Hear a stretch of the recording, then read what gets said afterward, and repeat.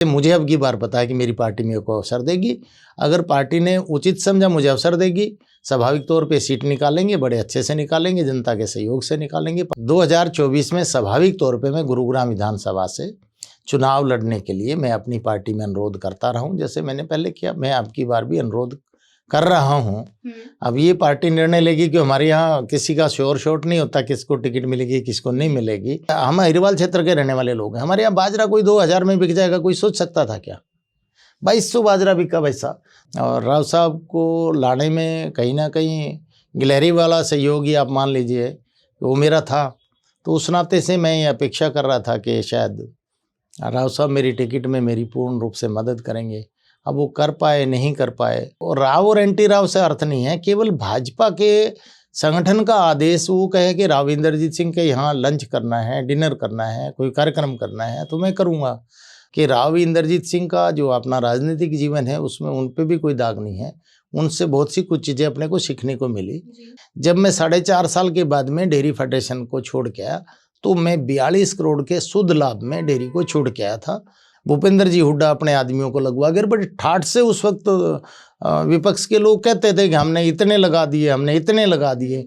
मनोहर लाल जी को कभी ये कहते नहीं सुना होगा कि मैंने इतने लगा दिए। हमारी सरकार ने मेरिट के आधार पर इतने लोग लगा दिए कि जहाँ का मुख्यमंत्री बन गया वहाँ की तो मौज होगी, उस क्षेत्र की उसके आसपास के एरिया की मौज होगी, बाकी एरिया पड़ा रहता था। कि हमारे को उम्मीदवार की आवश्यकता नहीं होती है। बीजेपी के कार्यकर्ता को उनके पास कमल का फूल उनका उम्मीदवार है, जिसको दे के भेज देंगे पार्टी कार्यकर्ता, उसको जिताने पर अपना पूर्ण लगा देंगे, बेस्ट टू बेस्ट दे। और मैं आपको ये आश्वासन देता हूं कि हम पिछले बार लोकसभा 10 जीती, अब भी 10 की 10 लोकसभा जीतेंगे। और विधानसभा हम जो 2014 में जीते उससे ज़्यादा हम लोकसभा विधानसभा लेके आएंगे। बहुत से लोग आरोप लगाते हैं ना कि भाई मशीनों का गड़बड़ है, फलाना है, ऐसे बहुत से विपक्ष के लोग ये करते हैं। भारतीय जनता पार्टी का मैकेनिज्म वो किसी की समझ में आता नहीं है। भाजपा का जो कार्यकर्ता है वो हर 15 घर पे एक कार्यकर्ता लगा हुआ है जो निरंतर संपर्क में है। विपक्ष तो अभी तक अपना संगठन ही नहीं खड़ा पड़ा है कोई। अगर आप देखेंगे तो आम आदमी पार्टी के सब छोड़ छोड़ के जा रहे हैं। अशोक तंवर जी भी माननीय मुख्यमंत्री से मिले हैं।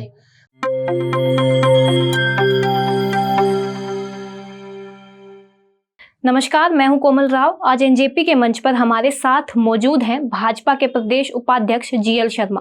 सर, सबसे पहले आपका स्वागत है। धन्यवाद बिटिया। अपने दर्शकों को बता देती हूं कि इन्हें ये जिम्मेदारी दूसरी बार मिली है। धनखड़ की टीम में भी थे और अब नायब सैनी की टीम में भी ये यही जिम्मेदारी संभाल रहे हैं। आप संगठन के चेहरे हैं, तो संगठन से ही सवालों की शुरुआत करते हैं। गुरुग्राम में संगठन स्तर पर भाजपा को कहाँ खड़ा पाते हैं?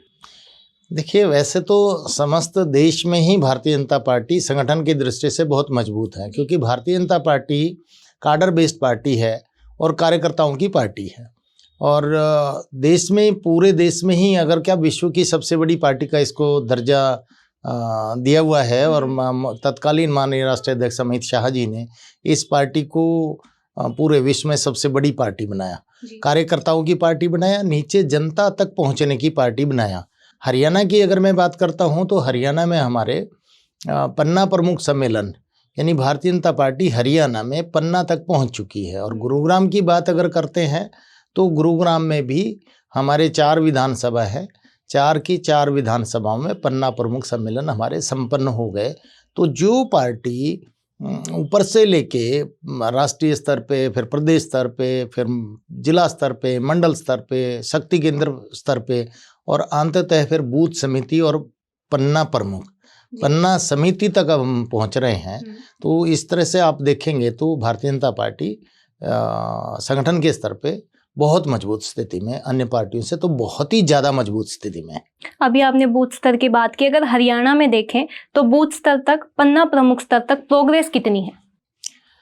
हमारे हरियाणा में कुल 20,000 के आसपास बूथ है, 19,900 समथिंग है।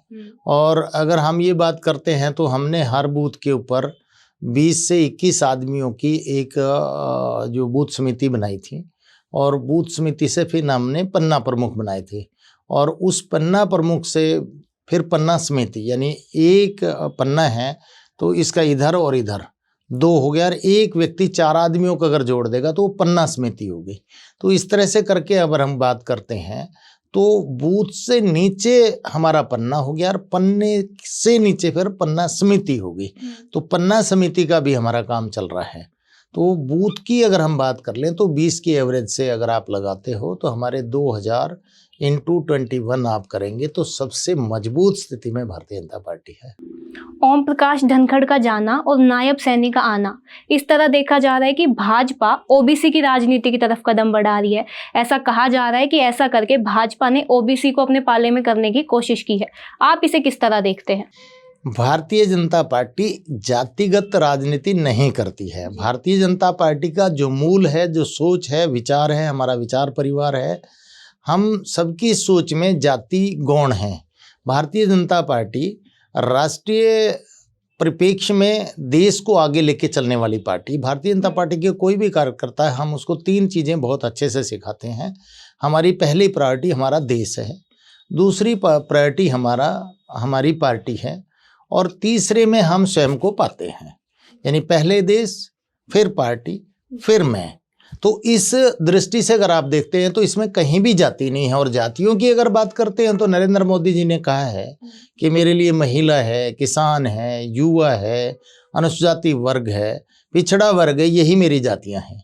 तो हम इसको इस श्रेणी से लेके नहीं चलते।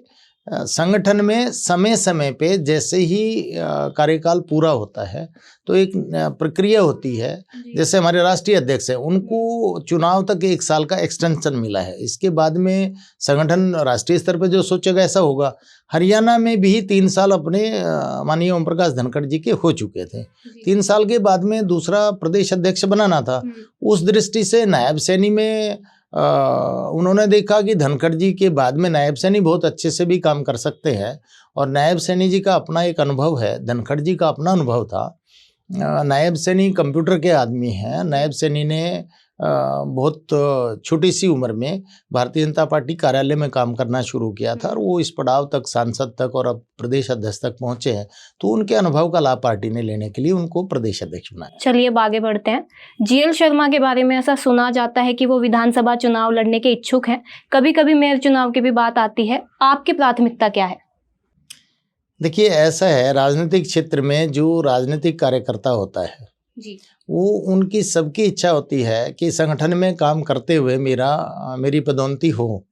और अगर राजनीतिक क्षेत्र में चुनाव लड़ने की विषय में कार्यकर्ता नहीं सोचता तो मैं समझता हूं कि बहुत ज़्यादा पब्लिक से टच होने में उसको दिक्कत आती है। जो कार्यकर्ता जनता के हित की सोचेगा, जनता में जाएगा, तो उसका चुनाव लड़ने का स्वाभाविक मन करता है। और लोग और कार्यकर्ता भी कहते हैं, जनता भी कहती है, कार्यकर्ता को भी अच्छा व्यक्ति, अच्छा नेतृत्व हमको मिलना चाहिए। मैंने 2014 में यहाँ से विधानसभा की टिकट मांगी थी गुरुग्राम से। मैंने अच्छा प्रचार भी किया, खूब पार्टी के प्रचार में अपनी तरफ से मैं तन मन धन मैंने समर्पित किया। फिर 2019 में भी मैंने टिकट मांगी, तब भी मैंने अपना तन मन धन और सर्वस्व पार्टी के प्रचार प्रसार में लगाया था। लेकिन पार्टी को किसी और कार्यकर्ता को महत्व देना पड़ गया।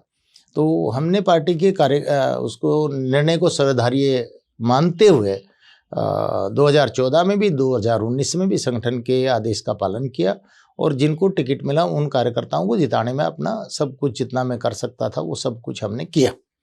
अब 2024 का चुनाव है। 2024 में स्वाभाविक तौर पे मैं गुरुग्राम विधानसभा से चुनाव लड़ने के लिए मैं अपनी पार्टी में अनुरोध करता रहा हूं, जैसे मैंने पहले किया। मैं अब की बार भी अनुरोध कर रहा हूं। अब ये पार्टी निर्णय लेगी कि हमारे यहाँ किसी का शोर शॉट नहीं होता, किसको टिकट मिलेगी किसको नहीं मिलेगी। परंतु मुझे अब की बार ऐसा भरोसा है मेरे संगठन पे कि मेरे काम पे मेरा संगठन मोहर लगाएगा। और 2 बार हो गया तो तीसरी बार शायद मुझे अवसर मिलेगा। मेरे विषय में गुरुग्राम में नहीं, कहीं भी आप पूछेंगे, मेरे 2-3 चीज़ मेरे पक्ष में जाती है। मैंने संपूर्ण रूप से ईमानदारी से हमेशा अपना काम किया है। दूसरा, संगठन ने काम दिया उसमें दिन रात एक किया है। मैंने अपना सर्वस्व देने में, मैं अपना बेस्ट देने के लिए मैं तत्पर रहता हूँ। तीसरा, मैं झूठ कम से कम बोलता हूँ राजनीति में। और चौथा, जनता की सेवा करना अपना धर्म समझता हूँ। इन्हीं 2 पैरों की गुड़गांव में कोई गली ऐसी नहीं है जो ये नहीं टिके हूँ। प्रत्येक जगह मेरा परिचय है। तो कि अच्छे व्यक्ति, अच्छे कार्यकर्ता, अच्छे नेता के रूप में मेरा जो परिचय है उस नाते से मुझे अब की बार पता है कि मेरी पार्टी मेरे को अवसर देगी। अगर पार्टी ने उचित समझा मुझे अवसर देगी, स्वाभाविक तौर पे सीट निकालेंगे, बड़े अच्छे से निकालेंगे, जनता के सहयोग से निकालेंगे, पार्टी के आशीर्वाद से निकालेंगे। और अदरवाइज कोई और निर्णय लेती है तो जिसको जो पार्टी आदेश देगी उसका पालन करेंगे। हमारे सुनने में ऐसा भी आता है कि राजनीति में आपकी शुरुआत राव इंद्रजीत सिंह की छत्र छाया में हुई थी। बाद में ऐसा क्या हुआ, क्या परिस्थितियां बदली कि जो आपके बीच में गैप है वो बढ़ता चला गया?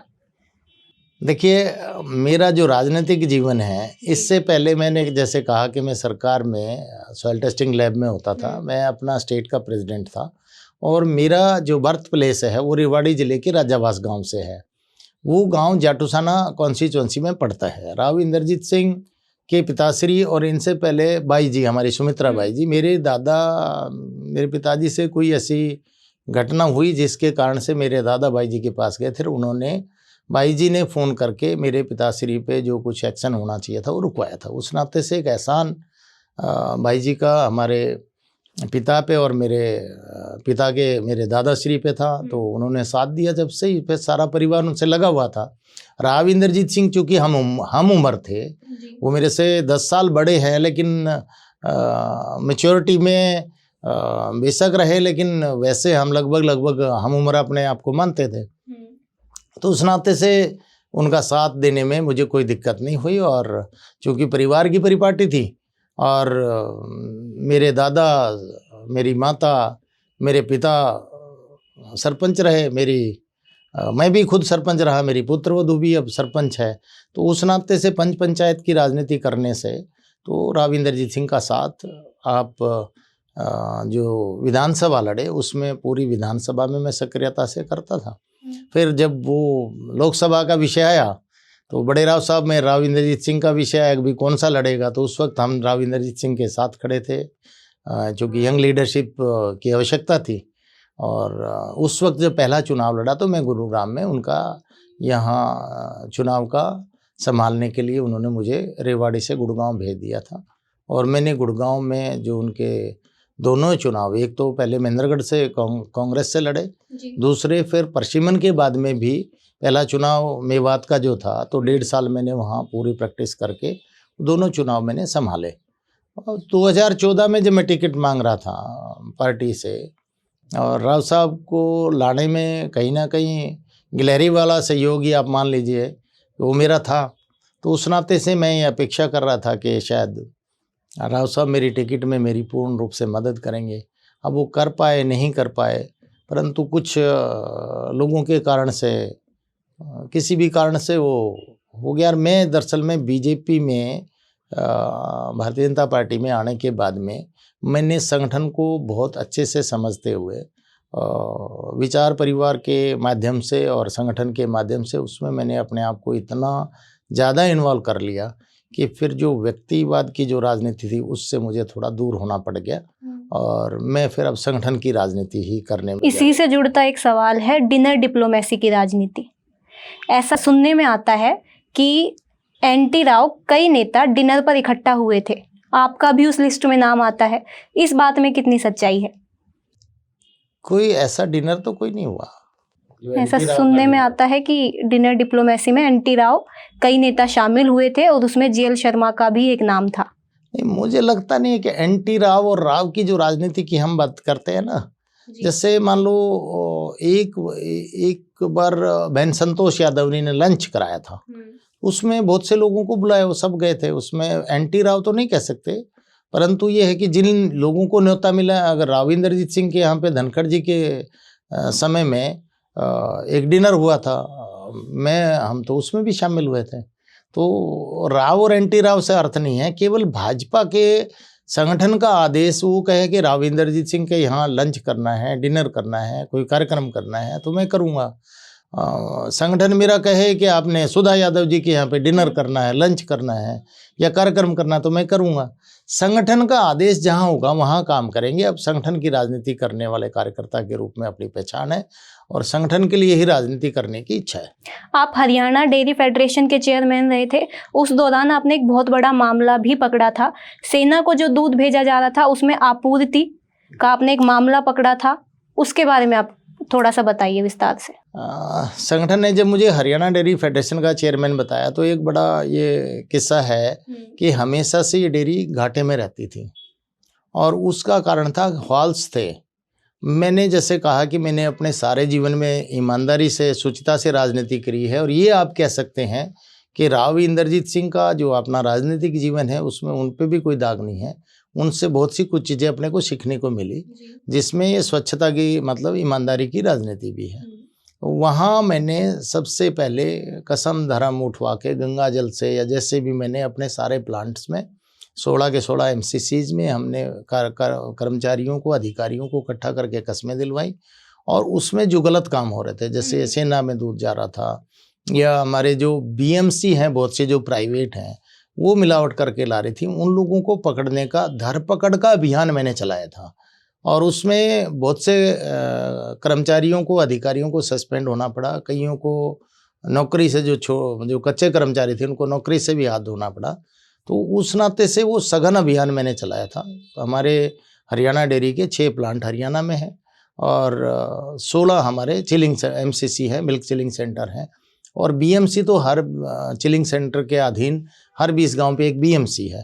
तो उन सब में मिलावट ना हो और उसके नाते से मैंने एक मशीन मंगवाई थी जो उस वक्त 25,000 के आसपास की जिसकी कीमत थी, जो माइक्रोन्यूट्रिएंट से भी दूध की टेस्टिंग में कोई और भी कमी है। जैसे क्या करते हैं लोग, उसमें जो मिलावट वाले लोग हैं वो दूध में एक अलग किस्म का एक केमिकल आता है जो शुगर की तरह से काम करता है, मतलब दूध आपको मीठा लगेगा, उसको भी मैंने पकड़ा था और वो उसके बाद में ये मशीन मैंने मंगवाई थी। तो उस नाते से जब मैं 4.5 साल के बाद में डेयरी फेडरेशन को छोड़ के आया तो मैं 42 करोड़ के शुद्ध लाभ में डेयरी को छोड़ के आया था और माननीय मुख्यमंत्री जी ने जो अपेक्षा मुझसे करी थी उसको या संगठन ने करी थी वो मैंने पूरी की।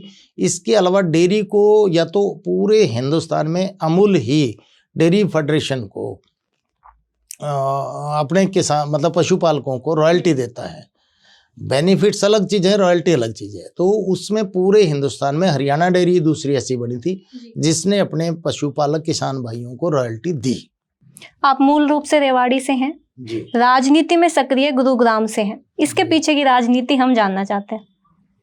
जब मैं सरकारी सेवाओं में था तो स्वाभाविक तौर पे आपने जैसे कहा कि राव इंद्रजीत सिंह जटसाना हल्के से चुनाव लड़ते थे, उस ड्यूरेशन में मैं अपने स्टेट का यूनियन का प्रेसिडेंट होता था और स्टेट यूनियन के प्रेसिडेंट भी जैसे आजकल आप देखते हैं कर्मचारी यूनियन आमतौर पे रहते हुए भी राजनीति परोक्ष रूप से राजनीति कर लेती हैं। तो उस नाते से जब भी 2 बार राव इंद्रजीत सिंह जटसाना हल्के से 6 बार चुनाव लड़े, 4 बार जीते, नहीं 4 चुनाव लड़े, 2 जीते। तो उस वक्त जो 4 चुनाव जीते उनमें जब भी 2 बार हारे, एक बार माननीय राव नरवीर सिंह जो आज भाजपा में ही हैं वो एक बार जीते थे तो उन्होंने मेरे को ट्रांसफ़र करा दिया सरसा। फिर मैं गुड़गांव आ गया यूनियन का प्रधान होने के नाते। ऐसे ही एक बार जगदीश जी थे उन्होंने भी मेरे को सरसा भेजा तो भी मैं गुड़गांव आ गया। तो गुड़गांव मेरा पदार्पण राजनीति के कारण से हुआ और उसमें जैसे ही गुड़गांव में आया यहाँ आके भी मेरी ईमानदारी ने मेरा साथ दिया और फिर मैं 9 से 5 बजे तक मेरा जैसे कार्यालय होता था। उसके बाद में मैं चूँकि किसान का बेटा हूँ और एग्रीकल्चर में मेरी अच्छी जानकारी है, खेवट नंबर, खाता नंबर, किला नंबर और इसमें कौन गैर मुरुसी बैठा है, कब्जेदार कौन बैठा है, किस तरह से जो रहन चढ़ जाती है उसको कैसे हम हटवा सकते हैं। तो वो सारी चीज़ें मुझे ज्ञान थी। इस नाते से फिर मैं अपने 5 बजे के बाद में अपना ऑफिस छोड़ने के बाद मैं 2 घंटे अलग से मेरे को काम करने का अवसर मिला किसी बिल्डर के यहाँ पे। वहाँ से फिर मैंने अपना काम खुद का बिजनेस भी शुरू किया और VRS लेके फिर मैं पूरी तरह से बिजनेस में आया और राजनीतिक क्षेत्र में तो मैं हूँ। मनोहर सरकार के 9 साल के कार्यकाल को प्रदेश उपाध्यक्ष होने के नाते आप कितना कामयाब मानते हैं, कितना सफल मानते हैं? जहाँ तक माननीय मनोहर लाल जी की बात है, मैं ये कहता हूँ कि नरेंद्र मोदी और मनोहर लाल 2 चीज़ें अपनी जनता से भी पूछते हैं तो एक ही प्रश्न आता है कि ईमानदारी की, जैसे मैंने अपने स्वयं के लिए बताया, इस प्रकार से आज अगर देश में बहुत कम लोग हैं जो राजनीतिक क्षेत्र में ईमानदारी का प्रदर्शन करते हैं। नरेंद्र मोदी जी को 9 साल के आसपास हो गए, 9 साढ़े 9 साल हो गए हैं। अभी अप्रैल में हमारे चुनाव शायद प्रस्तावित है। तो एक भी पैसा उनकी अपनी प्रॉपर्टी है, एक इंच प्रॉपर्टी नहीं बढ़ी होगी और खाते में पैसा नहीं बढ़ा, जो बजाय इसके कि जो उनकी सरकारी तनख्वाह आती होगी वो भी वो लोगों में खर्च कर देते। इसी तरह से सेम मनोहर लाल जी के लिए है कि 8.5-9 साल में उन्होंने अपनी प्रॉपर्टी में कोई इजाफा नहीं किया, ना उनके परिवार है ना उनके परिवार है। ऐसे में जो करना है वो जनता के लिए करना है, ये सोच के दोनों मोदी और मनोहर की जोड़ी काम कर रही है। क्योंकि केंद्र ने बहुत से काम किए हैं, वो आप लोग चर्चा नहीं कर रहे, परंतु केंद्र के कामों को अगर हम देखते हैं, मनोहर लाल जी के 9 साल के काम की जो आप बात कर रहे हो, तो ऐसा कलयुग में जब वोट लेना हो तो कोई भी नेता नहीं सोच सकता कि मैं कोई कठोर निर्णय लूं। जैसे नरेंद्र मोदी जी ने कठोर निर्णय लिए, ऐसे मनोहर लाल जी ने हरियाणा में बड़े कठोर निर्णय लिए। और सबसे पहला कठोर निर्णय था कि मेरिट पे नौकरी देंगे, पारदर्शित। और उसमें जनता को तो छोड़िए, हमारी पार्टी का कार्यकर्ता तक वो विरोध में खड़ा हो गया कि जी हम तो पिट रहे थे, 40 साल से काम कर रहे थे, 35 साल से काम कर रहे थे। भूपेंद्र जी हुड्डा अपने आदमियों को लगवा गए, बड़ी ठाठ से उस वक्त विपक्ष के लोग कहते थे कि हमने इतने लगा दिए, हमने इतने लगा दिए। मनोहर लाल जी को कभी ये कहते नहीं सुना होगा कि मैंने इतने लगा दिए, हमारी सरकार ने मेरिट के आधार पर इतने लोग लगा दिए, यानी लोगों ने अपॉर्चुनिटी ली। तो वो काम इस कलयुग में अगर कोई कर सकता था तो मनोहर लाल जी के सिवा कोई कर ही नहीं सकता, सोच ही नहीं सकता था। उनको ये पक्की सोच थी कि हरियाणा भाई भतीजावाद, क्षेत्रवाद, असमान विकास और लोगों को पर्ची और खर्ची पे नौकरी देने के लिए मशहूर हो गया है। और जैसे ही उन्होंने 4 संभालने के तुरंत बाद उन्होंने सबसे पहले ये पर्ची और खर्ची की नौकरी का सिस्टम बंद किया। और आज हरियाणा में मुझे गर्व से कहना पड़ रहा है कि भूपेंद्र सिंह जी हुड्डा के टाइम में, कांग्रेस के सरकार के समय में केवल 50-60 हज़ार नौकरी लगी थी, जो अब अपनी सरकार में हमारी सरकार 1,10,000 जो सक्षम युवा थे उनको नौकरी दे चुकी है, और 60,000 नौकरी अभी और निकल रही हैं। और इसके अलावा बच्चों को रोजगार मिले, इसको लेके पहली बार आपने देखा होगा, इससे पहले तो किसी ने सोचा नहीं, विदेश में भी बच्चों को काम मिले। इस नाते से HKRN हमारा हरियाणा कौशल रोजगार निगम, वो मनोहर लाल जी के नेतृत्व में काम कर रहा है। तो ये एक बहुत बड़ा बदलाव, व्यवस्था परिवर्तन का था। दूसरा बड़ा बदलाव हुआ कि जो भी मुख्यमंत्री हरियाणा में बनता था, क्योंकि मैं राजनीति में मेरा शुरू से इंटरेस्ट है, तो हर एक मुख्यमंत्री 50% डेवलपमेंट तो अपने हल्के में रख लेता था। चाहे कोई भी मुख्यमंत्री बना हो, भाई देवलाल से लेके भजन लाल जी, बंसी लाल जी, भूपेंद्र सिंह जी हुड्डा, अपने क्षेत्र में 50% में फिर सब बंदरबाट। तो वस्तु स्थिति ये आ जाती थी कि जहाँ का मुख्यमंत्री बन गया वहाँ की तो मौज होगी, उस क्षेत्र की, उसके आसपास के एरिया की मौज होगी, बाकी एरिया पड़ा रहता था। लेकिन मनोहर लाल जी ने इस सिस्टम को, इस तिलस्म को भी तोड़ा, और उन्होंने कहा कि हरियाणा एक और हरियाणवी एक, यानी समस्त हरियाणा मेरा अपना है, समस्त हरियाणा के परिवार मेरे अपने परिवार है। इस नाते से संपूर्ण, जहां हमारे विधायक नहीं थे, हमारी पार्टी के विधायक नहीं थे, 90 की 90 विधानसभा में समान विकास का खाका छांटा। तो ये दूसरा परिवर्तन था। तीसरा हुआ कि कर्मचारियों का, चूंकि मैं स्वयं रहा हूं, एक बड़ा व्यापार चंडीगढ़ में होता था। अप्रैल के महीने में जनरल ट्रांसफर्स की पावर मिलती थी, तो उसमें डायरेक्टर्स हो गए, नीचे असिस्टेंट हो गए, बहुत बड़ा सिस्टम था। जिन लोगों की अप्रोच नहीं थी मंत्रियों पे जाने की, वो लोग अपना पैसा चढ़ावा देके कहीं ना कहीं अपनी बदली करवा लेते, बाद में कभी इधर होगी कभी उधर होगी। उस सिस्टम को बिल्कुल रूप से, उस व्यापार को बंद किया। मंत्रियों की परेशानी, विधायकों की परेशानी कम की, और सीधा टीचर ट्रांसफ़र पॉलिसी, अब तो एम्प्लॉयज़ ट्रांसफ़र पॉलिसी आप उसको कह देते हैं, कि वो बनाई। और अब कर्मचारी भी सुखी है और हमारे MLAs और मंत्री भी सुखी हैं। जो चौथा परिवर्तन आया वो आया ट्रांसपेरेंसी का। भ्रष्टाचार के मुद्दे पे ट्रांसपेरेंट कैसे हम हो सकते, तो इसलिए लगभग चीज़ों को ऑनलाइन किया। चाहे टीचर की ट्रांसफ़र पॉलिसी ऑनलाइन की, चाहे आपका, पहले मुझे ध्यान है अच्छे से पटवारी के पास जाते थे फर्द मांगने के लिए, तो बड़ी दिक्कत होती थी। लेकिन आज के दिन वो दिक्कत तो नहीं है किसी प्रकार की। आज के दिन तो मेरे भतीजा दिखा देता है कंप्यूटर में मुझे, मेरा नाम डाल के वो डालता है, तो फट से मेरी वो सारी चीज़ें आ जाती हैं। यानी each and every section online. तीसरा, जो ठेकेदारी में जो गड़बड़ थी वो सिस्टम खत्म करा, ई टेंडरिंग का सिस्टम लेके आए, ई भूमि पोर्टल लेके आए। और इसके अलावा किसान के लिए जो ये लोग कहते हैं, इससे पहले के लोगों ने क्या किया और आज क्या हो रहा है, ये इसको समझने की बहुत ज़बरदस्त आवश्यकता है। किसान के लिए मनोहर लाल जी ने इससे पहले 33% के मुआवजे पर, कि भाई 33% का अगर हुआ है तो ही मिलेगा, और 12,000 से ऊपर का मतलब मुआवजा नहीं मिलता था, जो 100% खराब हो गया। अपने हमारी सरकार ने आने के बाद में वो 33 से 25% किया, यानी 25% ऊपर है तो भी मुआवजा मिलेगा। और जो तत्कालीन कांग्रेस सरकार का मुआवजा था वो भी इस सरकार ने बांटा है। भावांतर भरवाई योजना लेके आए। हमारे कभी, हम हिरवाल क्षेत्र के रहने वाले लोग हैं, हमारे यहाँ बाजरा कोई 2,000 में बिक जाएगा, कोई सोच सकता था क्या? 2,200 बाजरा बिका पैसा। इसके अलावा बहुत से ऐसे काम जो हमारी सरकार ने इंफ्रास्ट्रक्चर डेवलपमेंट के किए, केंद्र ने किए। आप देखते हैं हरियाणा पहले केवल 1 दर्जन हाईवे से जुड़ा हुआ था, आज के दिन हम नहीं 6-7 हाईवे से जुड़ा था, आज के दिन हम 1.5 दर्जन हाईवे से जुड़ चुके।